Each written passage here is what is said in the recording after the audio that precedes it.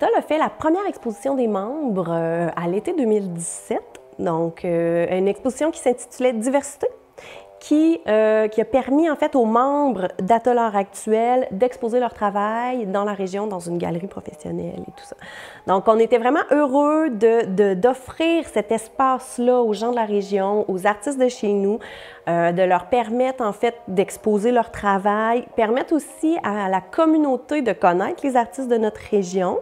Donc, au niveau de la diffusion, là, on était vraiment contents de pouvoir offrir ça à nos membres. Donc, ça a eu un impact très bénéfique, je pense, vraiment dans la communauté. Il y a beaucoup d'artistes qui se sont impliqués, beaucoup de membres. On a eu 26 artistes, dont 17 de la région. Il y a des membres qui sont de partout au Québec, en fait. Donc, il y a eu aussi des exposants d'ailleurs au Québec pour l'exposition des membres.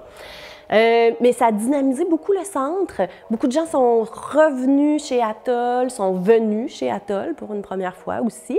Et donc, ça a créé un espace pour exposer le travail des artistes, mais ça a aussi créé un lieu de rencontre. Et ça, je pense que c'était vraiment un besoin dans la communauté auquel on a pu répondre par cette initiative-là.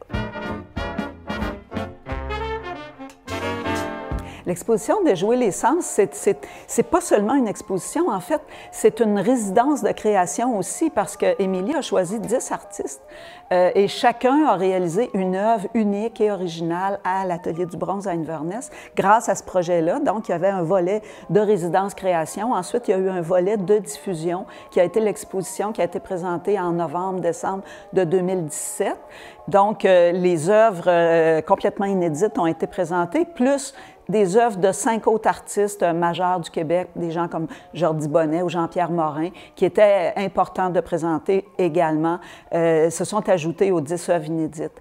Alors, ça a donné un corpus de 15 œuvres que les gens ont eu le plaisir de découvrir et qui a permis aussi pour le Centre d'art et puis nos médiateurs, qui a permis d'organiser plein d'activités de médiation autour de l'exposition. Exploration sonore avec l'explorateur Bernard Voyer, qui est un concept unique qui a eu lieu en grande première mondiale à Warwick. Alors, c'est un concept qui met en scène, évidemment, l'explorateur Bernard Voyer, soutenu par 3 artistes, 3 musiciens sur scène, dont André Moisan de l'Orchestre symphonique de Montréal, Jimmy Lahaye, très, très grand guitariste, et moi, je me retrouve sur ce spectacle-là en tant que tromboniste. Alors, le but, c'est de mettre en valeur toute la grande carrière d'explorateur de Bernard Voyer, mais de créer une hyper-ascension jusqu'au sommet de l'Everest. Les commentaires qu'on a reçus, les gens nous ont dit « on a eu peur, on a eu froid, on a ri, on s'est remis en perspective, on s'est dit que nous aussi, on pouvait atteindre des sommets personnellement, parce que chaque être humain, hein, évidemment, a son propre Everest. » Alors, des commentaires de toutes sortes, mais les gens vivent une panoplie d'émotions, puis c'est le but de l'exploration sonore, c'est de faire vivre des émotions extrêmes au public.